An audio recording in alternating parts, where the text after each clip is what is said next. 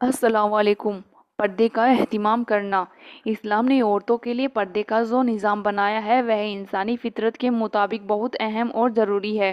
اسی میں عورتوں کا تحفظ اور ان کی عفت و عصمت کی حفاظت ہے اور ظاہری و باطنی برائیوں سے روکنے کا ذریعہ ہے، بلکہ معاشرے کی پاکیزگی کا مدار اسی پر ہے۔ اس لیے تمام عورتوں کو خوب اچھی طرح پردے کا اہتمام کرنا چاہیے۔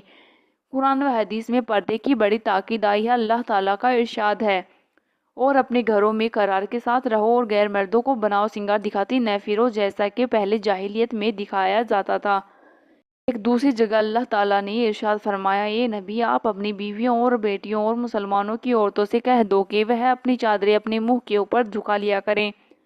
اور حضور صلی اللہ تعالیٰ علیہ وسلم نے فرمایا، عورت چھپا کر رکھنے کی چیز ہے۔ یہ بات یقینی ہے کہ جب وہ اپنے گھر سے باہر نکلتی ہے تو اس کو شیطان تکنے لگتا ہے، اور بلا صبح عورت اس وقت اللہ تعالیٰ سے سب سے زیادہ قریب ہوتی ہے جبکہ وہ گھر کے اندر ہوتی ہیں۔ اس سے معلوم ہوا کہ عورتوں کے لیے اصل جگہ ان کا گھر ہے اور گھروں میں ہی رہنا ان کے لیے نیکی و بھلائی، ان کی عفت و عصمت کی حفاظت اور شیطانی نگاہوں سے بچاؤ کا ذریعہ ہے۔ اگر کبھی سخت ضرورت کے تحت گھر سے باہر نکلنا پڑے تو پردے کا خوب خیال رکھیں۔ صحابیت پردے کا بڑا اہتمام کیا کرتی تھی۔ جب قرآن میں پردے کا حکم نازل ہوا تو ان عورتوں نے فوراً اپنی موٹی سے موٹی چادروں کو پھاڑ کر دوپٹے بنا لیے تاکہ جسم کا کوئی حصہ نظر نہ آنے پائے۔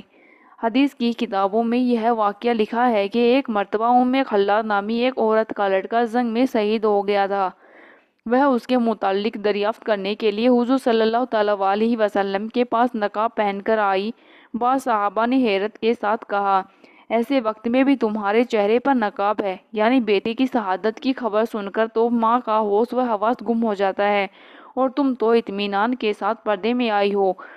خلاد نے بہت ہی اچھا جواب دیا۔ انہوں نے کہا، میں نے بیٹا کھویا ہے، شرم و حیا نہیں کھوئی ہے۔ اس لیے گھر کے مردوں کا فرض ہے کہ اپنی بیویوں، بیٹیوں اور بہنوں کو شرعی پردے کا پابند بنائیں اور انہیں بے پردہ گھر سے باہر نہ نکلنے دیں۔ حقیقت یہ ہے کہ پردے کے بارے میں مذہب اسلام نے جو احکام بتائے ہیں اور جن کو اختیار کرنے کی تاکید کی ہے، بنیادی طور پر ان کے 3 اہم مقاصد ہیں۔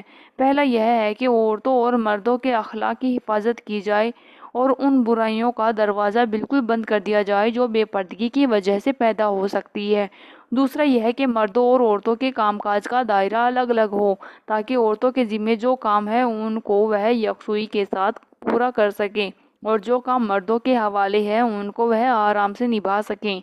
تیسرا یہ ہے کہ گھر اور خاندان کے نظام کو مضبوط اور محفوظ کیا جائے۔